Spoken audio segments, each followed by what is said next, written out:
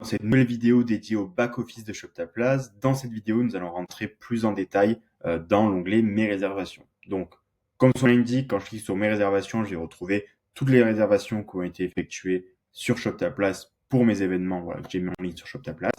Donc, ces réservations, elles prennent la forme d'une ligne juste ici. Donc, une nouvelle ligne par réservation. Sur ce compte de test, j'ai qu'une seule réservation qui avait été effectuée. Je retrouve plusieurs informations concernant cette réservation. Donc, l'identifiant de réservation, pour quel événement cette réservation est effectuée, les informations du client, donc son nom, combien le client a payé, donc le prix que vous avez mis en ligne plus la commission de ShopTaPlace, et combien vous avez reçu, seulement le prix de la place que vous avez mis en ligne. Donc ça c'est vos recettes, et ça c'est ce que le client a payé, donc votre recette plus notre commission. Ensuite, pour quelle date et quel horaire cette réservation est effectuée. Payé par Stripe, ça sera le cas pour tout le monde. Ensuite, on a le statut de paiement qui est en validé. Ça, pareil, logiquement, dès qu'une réservation est effectuée, c'est que le paiement est bien passé, sinon la réservation ne s'effectue pas.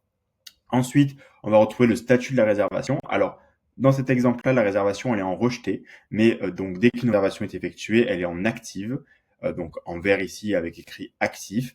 Mais si on vient la rejeter, donc ça c'est une action manuelle qu'on vient faire, si on souhaite annuler la réservation parce que l'événement est annulé, parce qu'on a fait un surremplissage ou pour d'autres raisons. Donc ça, vous allez pouvoir aller ici dans Action, sélectionner et venir rejeter la réservation. Dans ce bouton Action, vous allez aussi pouvoir venir récupérer la facture et retrouver un peu plus de détails sur la réservation. On voit aussi que du coup, ces réservations ont été effectuées pour un billet, un seul. Ensuite, si on revient dans la barre de navigation à gauche, donc là on était sur l'onglet toutes les réservations.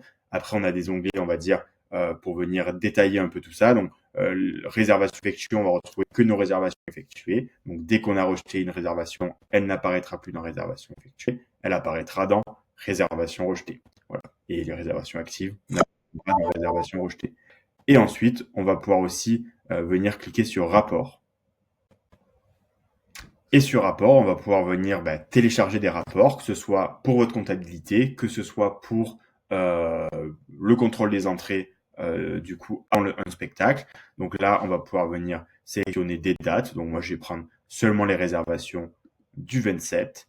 Je peux sélectionner pour un seul événement en particulier ou pour tous mes événements. Moi, je vais prendre pour le seul événement que j'ai sur ce compte, les ombres du crépuscule. Je vais venir soumettre. Et là, je vois que j'ai une seule ligne du coup qui apparaît, la seule réservation que j'ai effectuée pour les ombres du crépuscule le 27, donc au nom de Idriss, pour une quantité d'une place, un total de 1 euro. Donc là, sur les exports, vous n'aurez que le prix sans notre commission, donc votre recette qui apparaîtra.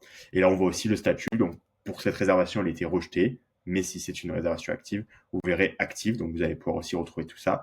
Et une fois que c'est fait, vous avez vos différentes lignes, vous allez pouvoir venir cliquer sur exporter. Et on va vous exporter du coup un fichier Excel que vous allez pouvoir utiliser après. Voilà, j'espère que cette vidéo a été claire. Bien sûr, pour tous les autres onglets du back-office, il y a une vidéo dédiée. Et si vous avez d'autres questions par rapport à cet onglet Mes réservations, n'hésitez pas à revenir vers nous.